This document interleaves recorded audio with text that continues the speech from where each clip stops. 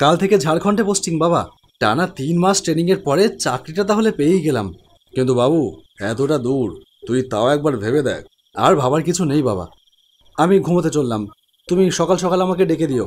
সকাল 10টায় ট্রেন কিন্তু। জীবনে প্রথম এতটা দূর, একা একা, সম্পূর্ণ অচেনা জায়গা। একটু ভয় ভয় করলেও আনন্দও হচ্ছে। বাইরে ঝিঝির কনসার্ট শুনতে শুনতে ঘুমিয়ে পড়লাম।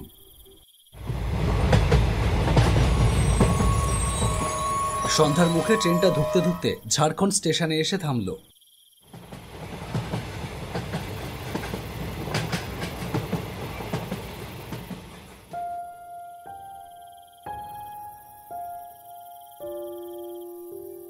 স্টেশন থেকে বেরিয়ে এসে একজনকে জিজ্ঞেস করলাম, আচ্ছা বলছি, এখানে কাছাকাছি কোনো হোটেল আছে একটু পরিষ্কার পরিচ্ছন্ন? ভাগীরথী হোটেলে চেষ্টা করে দেখতে পারেন, লোকটা জবাব দিল। সোজা গিয়ে বাদিকে যে রাস্তাটা পাবেন সেটা ধরে মিনিট 10 হাঁটলেই ওই হোটেল। ওখানে বোধহয় জায়গা পেয়ে যাবেন। অনেক ধন্যবাদ আপনাকে, এই বলেই আবার হাঁটা শুরু করলাম।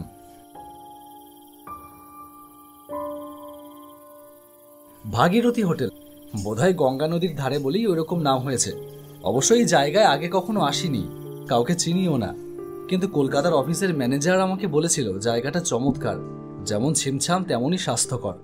তিনি এও বলেছিলেন, রাতটা হোটেলে কাটিয়ে আমাদের ব্রাঞ্চ ম্যানেজারের সঙ্গে পরের দিন অফিসে একবার দেখা করো, তিনি তোমাকে থাকার একটা ব্যবস্থা করে দেবেন। আমি সবেমাত্র বিকম পাস করেছি, লেখাপড়ায় মাঝামাঝি ধরনের, কিন্তু আমার সুঠাম চেহারার জন্যই এই চাকরিটা পেয়েছি। কলকাতা অফিসে 3 মাস ট্রেনিংয়ের পর আমাকে এখানে পাঠানো হয়েছে। অবশ্য কলকাতা অফিস থেকে আমাকে বলে দেওয়া হয়েছে 1 বছরের মধ্যেই কলকাতায় ফিরিয়ে আনা হবে। আমি বড় বড় পা ফেলে হাঁটতে থাকলাম। জীবনে উন্নতি করতে চাইলে চটপটে হওয়াটা দরকার, এটা আমি মনে প্রাণে বিশ্বাস করি। কলকাতা অফিসের বড় কর্তাদের আমি কখনো বসে থাকতে দেখিনি, সবসময়ই তারা ব্যস্ত, চটপটে। লোকটা আমাকে বলেছিল সোজা গিয়ে বাদিকে রাস্তাটা ধরতে, কিন্তু সোজা রাস্তাটাই তো কম নয়। মফস্বলে লোকেদের দূরত্ব জ্ঞানটা বোধহয় একটু কমই হয়। পথ ক্রমেই নির্জন হয়ে আসছে, দোকানপাট আর চোখে পড়ছে না, শুধু ছাড়া ছাড়া ঘরবাড়ি। এই তো এতক্ষণে বাদিকে মোড় নিয়েছে পথটা।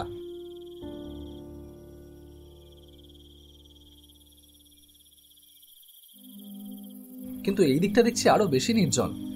বাড়িগুলি মনে হয় নবাবী আমলের। চাঁদের আলোয় ইট বার করা ওদের চেহারাগুলো চোখে পড়ল।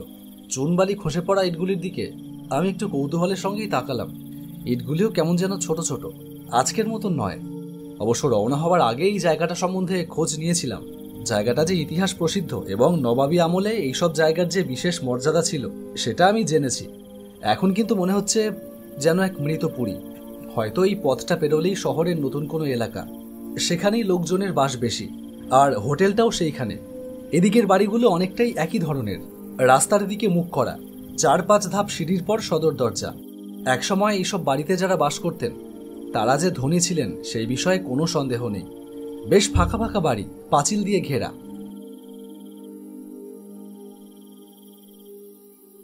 হঠাৎ পথের মিটমিটে আলোয় একটা বাড়ির গায়ে লেখা একটা বিজ্ঞাপনে আমার চোখ পড়ল, রাতে থাকার ব্যবস্থা আছে। দাঁড়িয়ে পড়লাম। বেশ অনেকটা হেঁটে ক্লান্তও হয়ে পড়েছি। হোটেল আরও কত দূরে কে জানে। রাতটা এখানে কাটালে কেমন হয়? সকালে উঠে না হয় অন্য ব্যবস্থা করা যাবে। বিজ্ঞাপনটা আমাকে যেন চুম্বকের মতন আকর্ষণ করতে থাকলো। ঠান্ডা হাওয়ায় দাঁড়িয়ে ইতস্তত করতে থাকলাম। না, হোটেলেই ভালো, সেখানে অনেক স্বাধীনতা আছে। গেরস্ত বাড়িতে বাধা নিষেধ অনেক। আবার হাঁটতে থাকলাম, আর কেন জানি না আমার চোখ দুটো ওই বিজ্ঞাপনের দিকে আটকে গেল। রাতে থাকার ব্যবস্থা আছে, প্রতিটা কথা যেন চোখের আকার নিয়ে আমাকে ইঙ্গিতে ডাকছে। নিজের অজান্তেই আমি এগিয়ে গেলাম ওই সিঁড়িটার দিকে। দরজায় কড়া নাড়লাম। আশ্চর্য, সঙ্গে সঙ্গে দরজাটা খুলে গেল। আমি একটু চমকে উঠলাম। সাধারণত দরজায় কড়া নাড়বার অন্তত কয়েক সেকেন্ড পরে দরজা খোলে, কিন্তু এক্ষেত্রে কড়া নাড়া শেষ হতে না হতেই দরজাটা খুলে গেল। যেন আমার কড়া নাড়বার অপেক্ষাতেই কেউ দাঁড়িয়েছিল। দরজা খুলে আমার সামনে এসে দাঁড়ালেন একজন মহিলা। মহিলার গায়ের রং ফ্যাকাশে, যেন শরীরে রক্ত নেই, কিন্তু কালো চোখ দুটোর দৃষ্টি ভীষণ গভীর। এসো, ভেতরে এসো, ভদ্রমহিলা মিষ্টি করে বললেন। আমি ঘরের ভেতরটা স্পষ্ট দেখতে পাচ্ছি। পুরনো আমলের ভারী আসবাবপত্র। আপনার বিজ্ঞাপনটা দেখে এসেছি। হ্যাঁ জানি। আজ রাতের মতো একটা ঘর পাওয়া যাবে? তোমার জন্যে অপেক্ষা করছে ঘরটা। আমি হোটেলের দিকে যাচ্ছিলাম, আপনার বিজ্ঞাপনটা হঠাৎ চোখে পড়ল। ঠান্ডায় দাঁড়িয়ে কেন, ভেতরে এসো। আপনার চার্জটা জানতে পারলে সুবিধে হতো। এক রাতের জন্য 250 টাকা, অবশ্য সকালের খাওয়া নিয়ে। বাহ, এ তো খুবই সস্তা। আমার মনে হলো হোটেলে না গিয়ে ভালোই করেছি, সেখানে মিছিমিছি বেশি খরচ হতো। মহিলাটি যেন একটু উৎকণ্ঠার সাথেই বললেন, তোমার যদি বেশি মনে হয় তবে আমি আরও কমাতে পারি। সকালে চায়ের সঙ্গে 2টো ডিম দিই আমি। আজকাল ডিমের দাম বড় বেড়ে গেছে।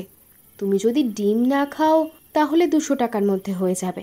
না না, 250 টাকাই ঠিক আছে, আমি এখানেই থাকবো। আমি জানতাম তুমি থাকবে। ভেতরে এসো। মহিলার ব্যবহার আমাকে মুগ্ধ করলো। আমাকে ভেতরে নিয়ে এসে মহিলা দরজাটা বন্ধ করে দিল। রাতে অতিথির সৌভাগ্য খুব বেশি আমার হয় না। তাছাড়া যে সে লোক এলেই তো আমি আর থাকতে দিই না। আমার আবার একটু বাজ বিচার আছে। আপনার ভাড়া তো তেমন বেশি নয়, এতে গেস্টের অভাব হওয়ার তো কথা না। ওই যে বললাম, আমার পছন্দ ছাড়া কাউকে আমি রাতের অতিথির সুযোগ দিই না। আমি কি বলতে চাইছি বুঝতে পারছো আশা করি। হ্যাঁ নিশ্চয়ই। তবে অতিথির জন্য আমার ঘর সবসময় ঠিক করাই থাকে। যদি হঠাৎ কখনো মনোমতো কোনো ছেলে এসে পড়ে, তার জন্য ঘর পরিষ্কার করে রেখেছি, বিছানাও পাতা আছে। হ্যাঁ, তোমার মতো কম বয়সী আর স্বাস্থ্যবান ছেলে ছাড়া কাউকে আমি এখানে ঠাঁই দিই না। দরজা খুলে যখন দেখি একজন জোয়ান ছেলে রাতের অতিথি হতে চাইছে, তখন আমার যে কি আনন্দ হয়। ভদ্রমহিলা সিঁড়ি বেয়ে দোতলায় উঠতে উঠতে কথা বলছিলেন। ঘুরে দাঁড়িয়ে হাসি মুখে বললেন, জোয়ান ছেলে, ঠিক তোমার মতো। তার গভীর চোখের দৃষ্টি আমার সারা শরীরে কেমন যেন শিহরণ খেলিয়ে দিল। আমার কেমন যেন অস্বস্তি লাগলো। মাথা খারাপ নাকি এই ভদ্রমহিলার? এই দিকটায় আমি থাকি। তোমার ঘর ডান দিকে একেবারে শেষেরটা। এসো, দেখবে এসো। আমাকে তিনি গেস্টের জন্য নির্দিষ্ট ঘরে নিয়ে গেলেন। ঘরটা ছোট হলেও বেশ খোলামেলা।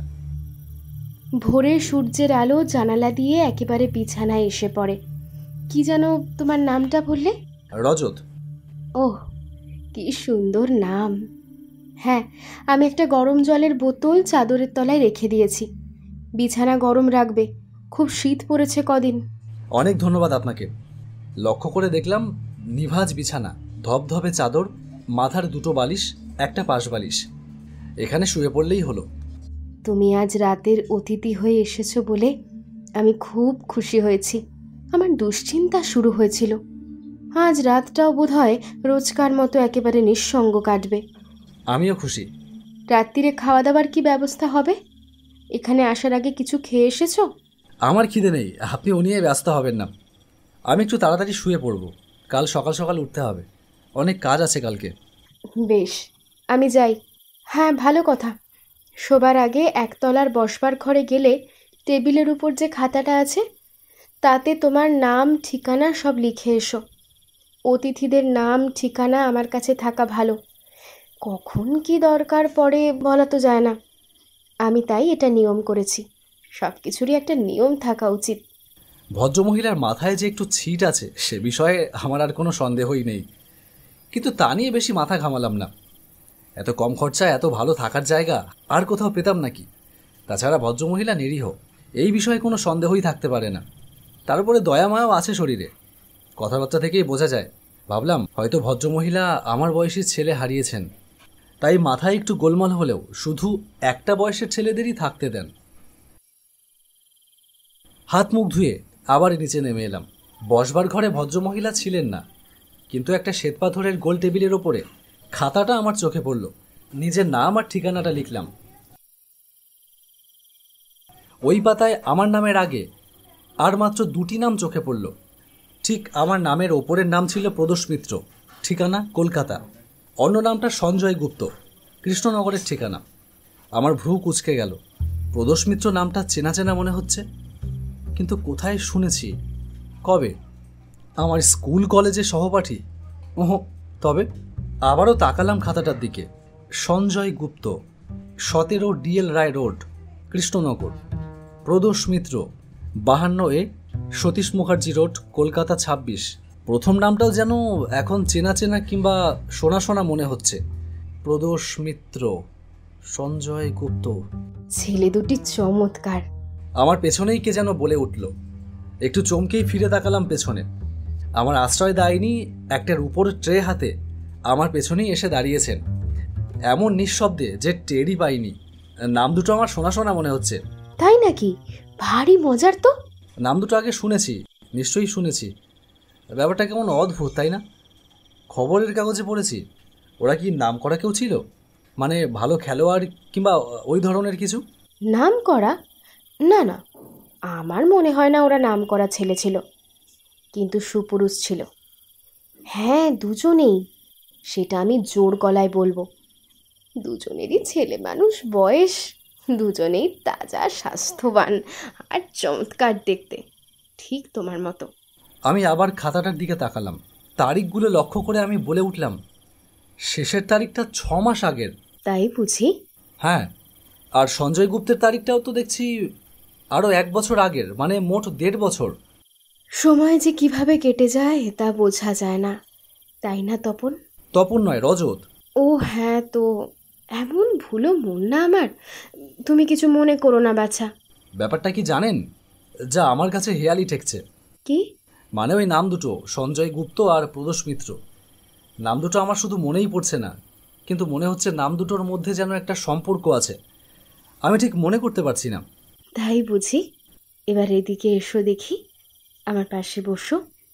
চাটা ঠান্ডা হয়ে যাচ্ছে, চা আর বিস্কুটটা খেয়ে শুয়ে পড়োগে।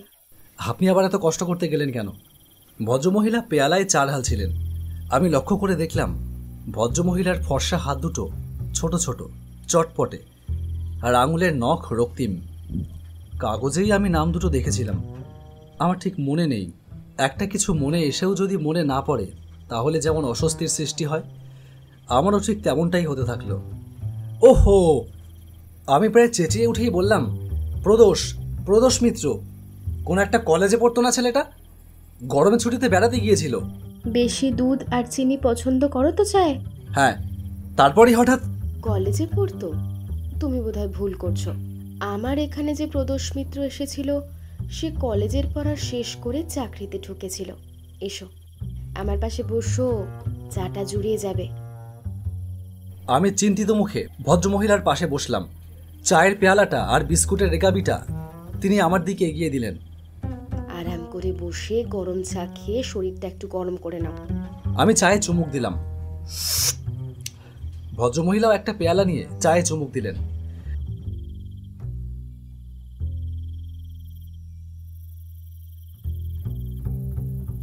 আধ মিনিট কেউ আর কোনো কথা বললাম না, কিন্তু আমি অনুভব করছিলাম ভদ্রমহিলা আমাকে লক্ষ্য করছেন। শরীর আমার দিকে আধখানা ঘুরিয়ে চায়ের পেয়ালার ওপর দিয়ে চোখ দুটো রেখেছেন, ঠিক আমার মুখের ওপরে। একটা কেমন গন্ধ নাকে এসে লাগছিল আমার। গন্ধটা আসছে ভদ্রমহিলার গা থেকেই। খারাপ গন্ধ অবশ্য নয়, মশলা মাখানো বাদামের, নতুন চামড়ার। না, হাসপাতালে যেমন একটা ওষুধ গন্ধ পাওয়া যায়, ঠিক তেমন কি? আমি তখনও ভ্রু কুঁচকে ভাববার চেষ্টা করছি। প্রদোষ খুব চায়ের ভক্ত ছিল, আর কাউকে আমি অত চা খেতে দেখিনি। ভারী ভালো ছেলে ছিল, টাটকা তাজা। তোমার বয়স কত? এই 19। 19? ঠিক বয়স, ওটাই হচ্ছে ঠিক বয়স। প্রদোষেরও বয়স ছিল 19, তবে ও তোমার মতো লম্বা ছিল না, আর তোমার মতো সুন্দর দাঁতও ছিল না ওর। তোমার দাঁতগুলো কি চমৎকার! সঞ্জয়ের বয়স অবশ্য একটু বেশি ছিল, 26 বছর। তবে আমাকে যদি না বলতো, আমি কিছুতেই ধরতে পারতাম না। এমন কচি কচি চেহারা, খুব রক্ত ছিল শরীরে। রক্ত? হ্যাঁ, টকটকে চেহারা। আমি আবার চায়ে চুমুক দিলাম। চায়ের স্বাদটা কেমন যেন একটু তেতো তেতো, পোড়া বাদামের মতন। খাতায় তোমার নামটা সই করেছো তো? হ্যাঁ। ভালো ছেলে। পরে যদি তোমার নামটা আবার ভুলে যাই, তবে খাতা দেখে মনে করতে পারবো। রোজই আমি খাতাটা দেখি। যারা এখানে রাত্রিরে আশ্রয় নেয় তাদের নামগুলো পড়ে আনন্দ পাই। আচ্ছা, গত 1.5 বছরে সঞ্জয় গুপ্ত আর প্রদোষ মিত্র ছাড়া আর কেউ কি এখানে রাতে থাকেনি? হঠাৎ কি ভেবে যেন প্রশ্নটা করলাম। না বাছা, শুধু তুমি। আমি উঠে দাঁড়ালাম, বড্ড ঘুম পাচ্ছে। আচ্ছা, আমি শুয়ে পড়ি, সারাদিন বড্ড ধকল গেছে। ভদ্রমহিলার মুখের দিকে তাকিয়ে আমি কথাটা বললাম। হ্যাঁ হ্যাঁ, তোমাকে তো আবার ভোরে উঠতে হবে। সুন্দর ঘুম হোক তোমার। মাঝ রাতে ঘুম ভেঙে গেল। খোলা জানলা দিয়ে চাঁদের আলো এসে পড়েছে ঘরে। চলছে আলো আধারির খেলা। আমি পাশ ফিরতে গেলাম, কিন্তু এ কি, শরীর এমন অসাড় লাগছে কেন? হাত পা কিছুতেই নাড়াতে পারছি না, গলা দিয়ে শব্দ বেরোচ্ছে না। হঠাৎ একটা ভীষণ সম্ভাবনা উকি মারল আমার মাথায়। ভদ্রমহিলা কি চায়ের সাথে কিছু মিশিয়ে দিয়েছিলেন, তাই এমন বিষাদ লাগছিল চাটা। কিন্তু কেন? আমার কাছে যা টাকা পয়সা আছে সেটা নেবার জন্য? ভদ্রমহিলাকে দেখে, তার কথাবার্তা শুনে তো আমার একটু সন্দেহ মনে হয়নি। না না, আমার মিথ্যেই সন্দেহ হচ্ছে। ভদ্রমহিলা আমাকে যথেষ্ট যত্ন করেছেন। ঘরে একটা মৃদু পায়ের শব্দ, বিছানার দিকেই এগিয়ে আসছে। আমি অপেক্ষা করতে থাকলাম। মাথা তুলে দেখবার ক্ষমতা যেন আমি হারিয়ে ফেলেছি। তবে কি আমার প্যারালাইসিস হলো? ধবধবে সাদা কাপড়ে ঢাকা একটা নারী মূর্তি এসে দাঁড়িয়েছে বিছানার পাশে। আস্তে আস্তে একটা মুখ নেমে আসছে, কাছে, আরও কাছে। কি ভয়ানক চোখ দুটো, লোভীর মতো চকচক করছে। ঝকঝকে দাঁত স্পষ্ট দেখা যাচ্ছে, কিন্তু দাঁতগুলো হঠাৎ এমন ছুচুলো হয়ে গেল কেন? গরম নিঃশ্বাসের হলকা এসে পড়ল আমার মুখের ওপর।